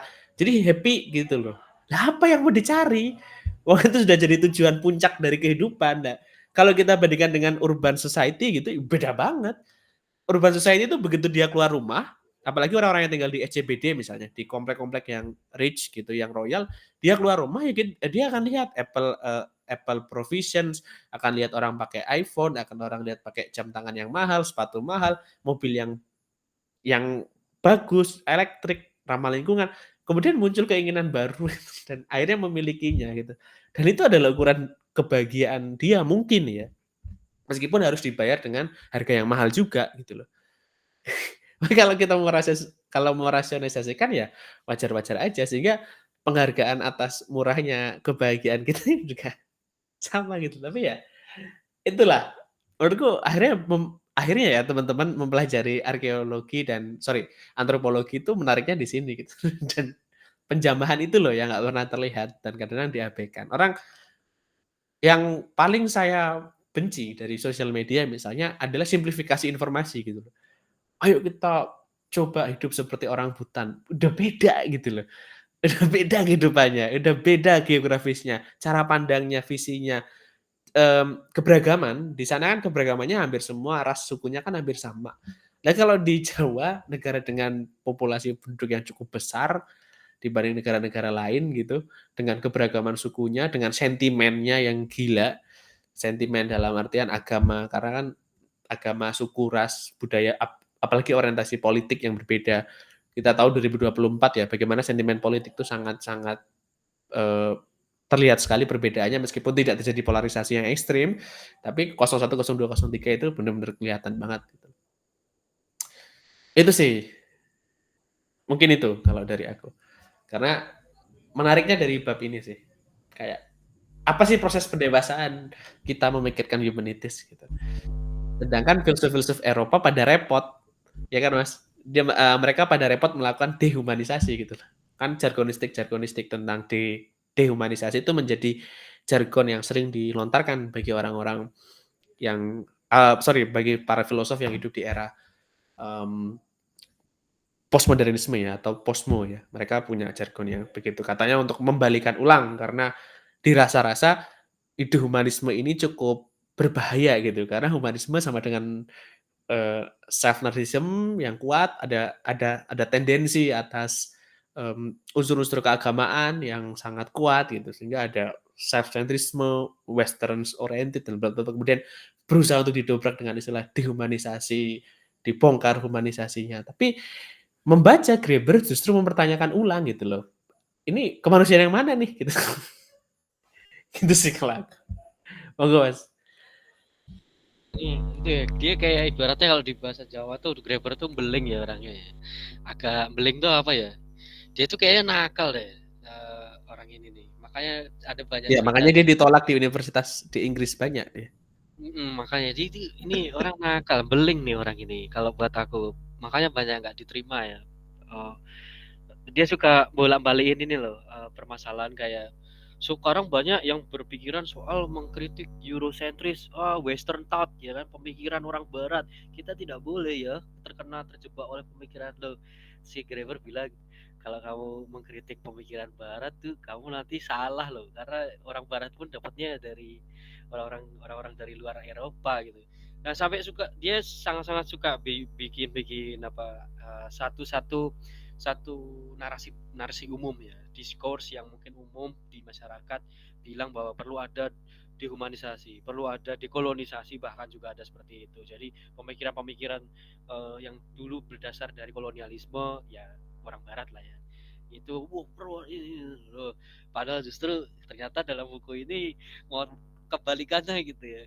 Ini kan ya ini ya apa dia dia ini bagus ya karena pasti banyak orang nggak bisa terima ya, itu satu. Iya, jelas. Betul. Apalagi orang-orang yang berkecimpung di bidang postkolonial ya. Ini cukup mikir ulang sih gitu. Iya sih. Karena kan asimilasi pengetahuan tuh besar loh saat itu tuh. Seperti orang yang ada di Indonesia kan, bagaimana asimilasi agama aja itu kita bisa lihat kan, luar biasa hebatnya gitu. Dan untuk memetakan mana yang real indigenous knowledge, yang real ada pertama kali dengan yang sudah terasimilasi, akulturasi dan lain sebagainya itu hampir-hampir sulit ya untuk kemudian dibedakan. Apalagi di era globalisasi sekarang ya yang fluid modernity ya udah semakin aduh ini sedangkan mata pelajaran nasionalisme itu untuk agar kita mencintai dasar negara gitu loh, agar kita punya prinsip nasional gitu, nationality gitu loh. Meskipun ya masih terbayang kalau kata Anderson, kalau kata Max Land masih unfinished juga. Tapi terlepas dari itu semua, akhirnya kan iya juga ya gitu loh. Maksudnya pengetahuan yang dibawa Barat itu memang terinspirasi banyak gitu loh. Cuma memang caranya yang violence-nya itu loh, yang masih tidak bisa yang masih tidak bisa dimaafkan gitu ya. Forgiveness terhadap violence itu yang menurut saya kenapa kita semua membaca postkolonial misalnya karena ingin melihat violence-nya sebetulnya alih-alih dari struktur pengetahuan karena sepenangkapanku beberapa tokoh-tokoh seperti Mignolo misalnya dia mengkritisi ulang bahwa pengetahuan tentang era kolonial dan postkolonial itu ada sedikit perbedaan dan dia ingin melakukan pembacaan ulang bahwa ada loh pengetahuan yang harusnya dibebaskan dari cengkraman atau jangkar kolonial itu sendiri gitu kan. Itu kan seruan yang dilakukan oleh Nolos dan kawan-kawan gitu. Tapi pertanyaan paling besar adalah pengetahuan seperti apa gitu. Dengan yang sangat-sangat sulit. Menurut saya pribadi sangat-sangat sulit. Menurut aku pribadi sulit gitu loh untuk gimana ya kayak pengetahuan itu bisa nggak sih kayak dibelah oh ini loh pengetahuan asli ini nih. Sedangkan apa ya masyarakat kita sendiri gitu kan balik ke Sumpah Pemuda misalnya di 1928 mereka bahkan bikin suatu hal baru yang difungsikan untuk meleburkan bahasa tradisional di Sumpah Pemuda ketiga itu kan bahasa persatuan bahasa Indonesia gitu kan terus bikin lagi bangsa baru gitu loh dari banyaknya bangsa-bangsa suku bangsa Indonesia gitu. Terus bikin lagi tanah air satu gitu tanah tumpah darah Indonesia lele gitu ada satu hal yang kalau dalam fisiku adalah visi visi universalisasi gitu loh yang dianggap sebagai obat atau solusi untuk menggabungkan pembeda ini gitu. Nah, sudah digabungkan oleh bahasa persatuan, tapi diharuskan kembali lagi dengan mata pelajaran yang muncul di era-era globalisasi awal-awal menuju ke pertengahan sekarang gitu. Apa yang kemudian orang gabungkan sebagai multiculturalism education gitu ya.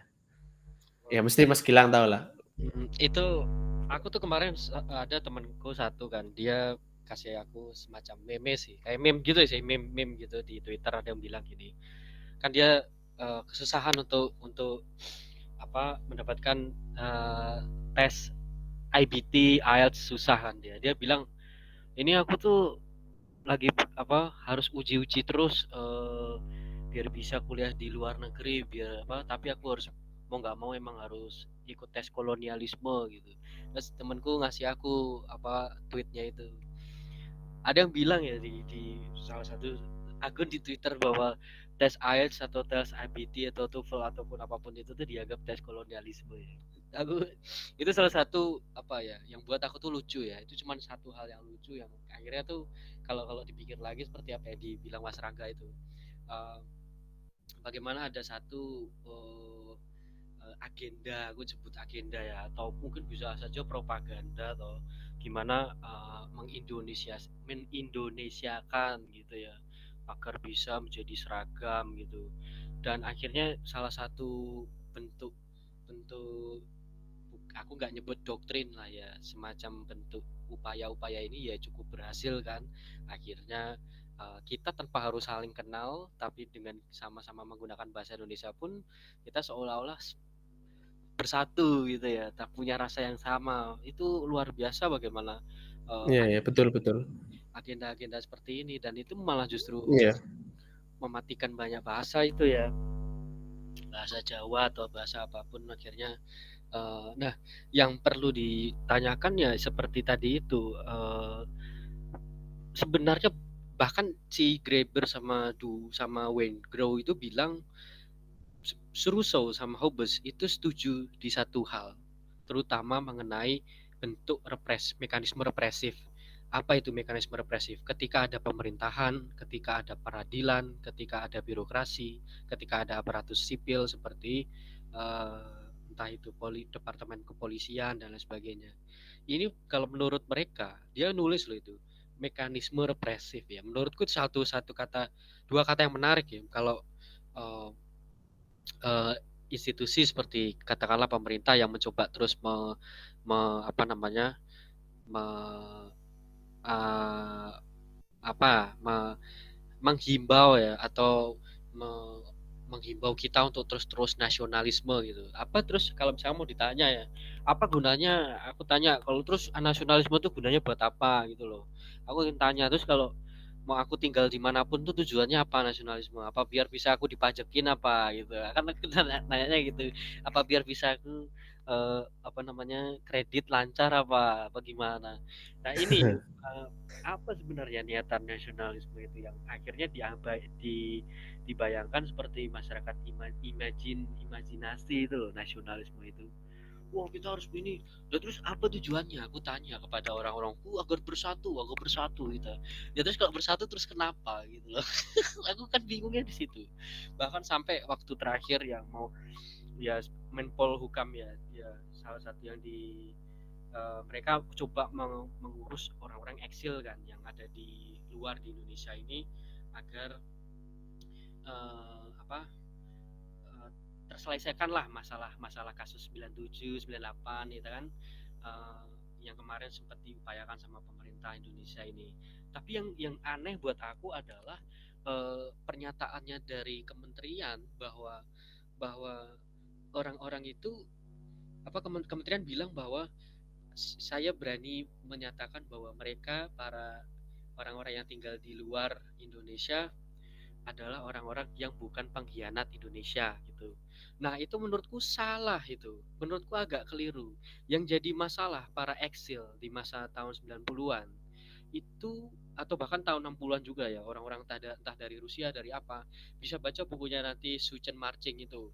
Dia bilang yang jadi masalah itu bukan masalah orang ini berkhianat pada negara Indonesia atau bukan, tapi paspor mereka, hal-hal yang sifatnya administratif itu diambil di masa Orde Baru. Jadi mereka nggak bisa pulang gitu loh. Yang akhirnya ditulis dalam bukunya si Sucen yang soal apa eh, apa kereta yang gambarnya kereta itu bagus itu. Kok kenapa mereka untuk bisa kelihatannya menyelesaikan masalah tahun-tahun 60, tahun-tahun 70, 80 masa Orde Baru lah. Orang-orang yang sekarang tinggal di luar itu dianggap dinyatakan bahwa mereka tidak berkhianat kepada negara Indonesia. Bukan masalah berkhianat atau tidak. Mereka itu nggak bisa pulang karena paspor, karena ini, karena itu. Jadi identitas mereka nggak ada. Ini yang menurutku jadi apa ya kekeliruan lah ya dan akhirnya permasalahan nasionalisme ini ya ya cukup sangat-sangat jadinya sangat-sangat politis dan tidak benar-benar menyentuh permasalahan yang ada di mana orang-orang ini nggak bisa pulang dan ada banyak kasus yang terutama waktu aku mau ke XX1 nih kan ada film Exil itu kan siapa itu Ya, ya. Lola, Lola. itu aja di beberapa tempat itu di Kalimantan aja udah Di Samarinda. di Samarinda aja di ini ya. Ya, ya. Ya, Di itu dilarang di Samarinda. ini loh buat aku nih kenapa bisa pemerintah itu menggembor-gemborkan permasalahan nasionalisme yang akhirnya orang-orang ini secara tidak disadari itu merasa ini penting. Padahal kalau dipikir lagi, sejauh mana ini penting dan bisa benar-benar memberdayakan kita semua ini gitu loh. Eh, apa terusan ini nasionalisme itu? Itu yang sampai sekarang aku juga mulai bertanya-tanya, apalagi kasus yang sempat sempat ditulis sama si dosen SOS itu ya. Ibu marching itu yang apa itu yang naik kereta itu yang orang-orang eksil itu yang nggak bisa pulang dan lain sebagainya. Ini perlu perlu dipikir kembali kalau ternyata pemerintah pun juga apa tidak aku sebut dia sebagai institusi juga yang akhirnya kemungkinan besar eh, membatasi upaya-upaya kebebasan yang diinginkan Iya, masyarakat gitu itu betul. sih. Betul betul. Ya, sebetulnya masalah sepele kan. Paspornya ditahan, mereka tidak bisa pulang karena mereka punya pemahaman yang cukup berbeda dalam memandang peralihan masa kekuasaan saat itu dari Orde Lama ke Orde Baru gitu. Mereka punya pandangan yang berbeda, kemudian, paspornya ditahan, udah sesimpel itu sebetulnya. Kalau paspornya tidak ditahan dengan pembeda apapun itu ya sebetulnya ya sah-sah saja gitu loh. Pada akhirnya kan mereka diombang-ambingkan selama 30 tahun, 32 tahun dengan kondisi yang tidak pasti. Yang tentu dirugikan adalah kita sendiri ya. Maksudnya mereka mau nasionalis, mau tidak nasionalis pun gitu, produktivitas mereka itu bukan untuk negara ini gitu loh. Ada kan di film itu yang menjadi ahli, di satu perusahaan besar gitu yang perannya sangat fundamental di situ. Kemudian ada yang jadi apa, dan punya peran-peran yang penting dalam pembangunan bangsa yang ada di luar dari Indonesia misalnya. Nah itu sih, ya berat juga gitu loh, karena gimana ya, ngomongin soal nasionalisme itu kan pada akhirnya sangat-sangat fluid ya, apalagi kalau zaman sekarang gitu loh. Pemaksaan pada term nasionalisme akhirnya berbeda-beda gitu loh. Karena sepengalamanku mengajar kelas Pancasila misalnya, itu ketika ditanya, "Mengapa saya Indonesia?" Gitu jawabannya hampir semua seperti ChatGPT ya, maksudnya mirip-mirip gitu loh. Cobalah jawaban yang lain misalnya. Akhirnya ketika sudah dipancing muncul, "Ya kenapa saya Indonesia?" "Saya suka makan Indonesia." "Oke, nggak apa-apa," gitu loh. Jadi di-brainstorm terus, dicari terus, ternyata baru di sesi yang sudah membosankan, menjenuhkan, baru ada yang mulai ngomong, 1, 2 anak, "Saya tidak merasa saya Indonesia," gitu loh. "Loh kenapa?" "Saya tidak begitu mengenal budayanya," misal. Nah itu sudah satu contoh bahwa sebuah keberanian yang mungkin saja terpendam selama ini, mereka merasa bahwa ikatan batin, ikatan physically, itu hanya menjadi hal yang nggak penting gitu loh. Kayak, apa ya, maksudnya kayak posisi state kalau nasionalisme itu kan sebetulnya dia ingin menggambarkan bahwa kita tuh punya rasa kepemilikan atau sense of belongings dalam tempat kita tinggal gitu loh. Karena ibarat itu sense of belongings semacam kepemilikan yang harus dirawat bersama, maka orang harus sama-sama bekerja sama di situ gitu loh. Tapi kan banyak orang yang kemudian mereka dalam hidupnya hanya hanya ya sudah melakukan apa yang diekspektasikan oleh sosial gitu loh. Itu nggak ada tujuan, nggak ada bayangan, aku tuh mau ngapain, terus aku tuh siapa, dan aku mau ke mana gitu. Nggak ada gitu loh pada akhirnya. Jadi nggak kena pada akhirnya, dan itu sangat menjenuhkan kalau mendengarkan cerita dari teman-teman kita, yang mereka baru lulus kuliah gitu, mereka sangat bilang, "Saya tuh sekolah 12 tahun tuh buat apa ya?" Gitu. "Saya belajar 12 tahun tuh, belajar sejarah kok nggak ada yang masuk ya Mas?" Gitu. Tapi setelah di kelas ini belajar sejarah dengan cara yang menarik kok bisa masuk gitu loh. Nah berarti apa yang salah gitu loh.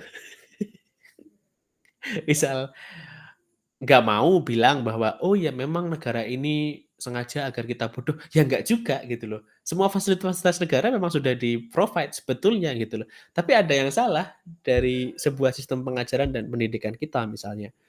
Pendidikan kita numerik, kita ikut ikut seperti Amerika, cara penilaian numerik. Kemudian di level universitas kita mengikuti sistem pendidikan seperti Belanda, yang ada ujian, yang ada supervisor, yang ada ini, yang ada itu, yang ada, struktur-struktur dari profesor bla bla bla. Nah kan seperti itu gitu. Tapi tidak punya identitas yang jelas gitu loh ketika membicarakan ini semua. Sehingga ketika masuk dalam pembelajaran nasionalisme misal, kita hanya jatuh pada romantisasi dan yang sering kukatakan romantisasi dan nostalgia, tidak lebih. "Oh iya Indonesia dulu punya Nusantara, kerajaan bla bla bla bla," misal.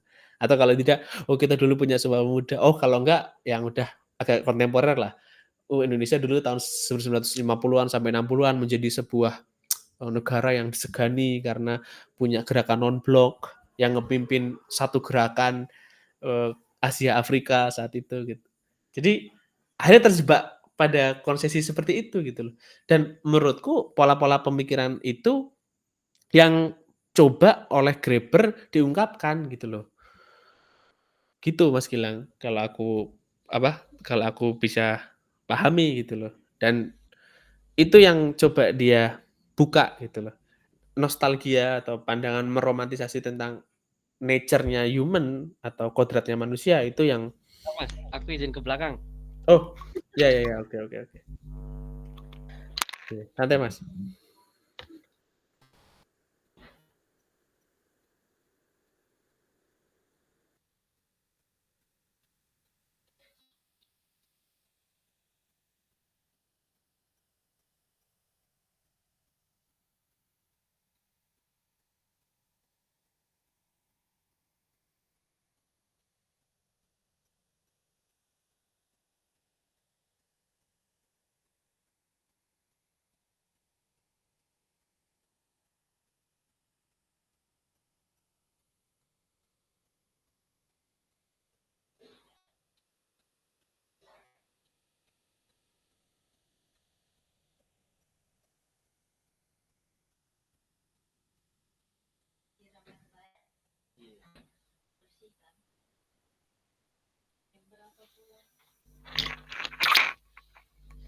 Halo, Mas. Yo, halo halo. Ini Mas, udah terlalu malam ya Mas, ini aku masih ada ini ya. Ya ya. Selo Oh, selo, ini memang mau aku tutup sih sebenarnya. Karena kita udah ngebahas satu bab juga gitu loh. iya nanti Oke, di-chat ke Mas ya. kayak gitu Mas. Ya, Iya. kita masih punya banyak bab sih, teman-teman ngebahas bukunya Graeber. Sekarang hari Rabu 6 Maret 2024. Thank you Mas Gilang, mau ngasih closing statement atau Nah, ya nanti, apa, kita coba bedah bersama-sama sih kalau bisa nanti sama Mas Rangga juga, atau enggak nanti bisa bareng sama teman-teman yang lain ya. Kalau mau nanti bab bab berikutnya ya, bab 2, bab 3 dan lain sebagainya, kalau moga aja bisa semua bisa bahas bersama-sama gitu. Itu sih Mas. Mhm. oke, siap. Thank you Mas Gilang. Ya, Nanti rekamannya mungkin besok pagi ya, kita unggah. Makasih teman-teman semua yang udah kalau nyimak kalau bisa ya. kalau bisa di-cut ya Mas ya. Oh, waduh, di-cut sendiri ya? Waduh, iya Ya iya. wes, thank you. Ini tak matiin dulu rekamannya sebentar. Terima kasih teman-teman yang udah menyimak ya. Sampai jumpa mungkin minggu depan atau waktu yang tidak ditentukan di bab berikutnya. Yang jelas ini baca-baca random edisi Ramadan. Wih, jadi kita lebih soft membaca buku ini ya. Thank you semuanya. Selamat malam. Ini aku matiin dulu recordnya bentar.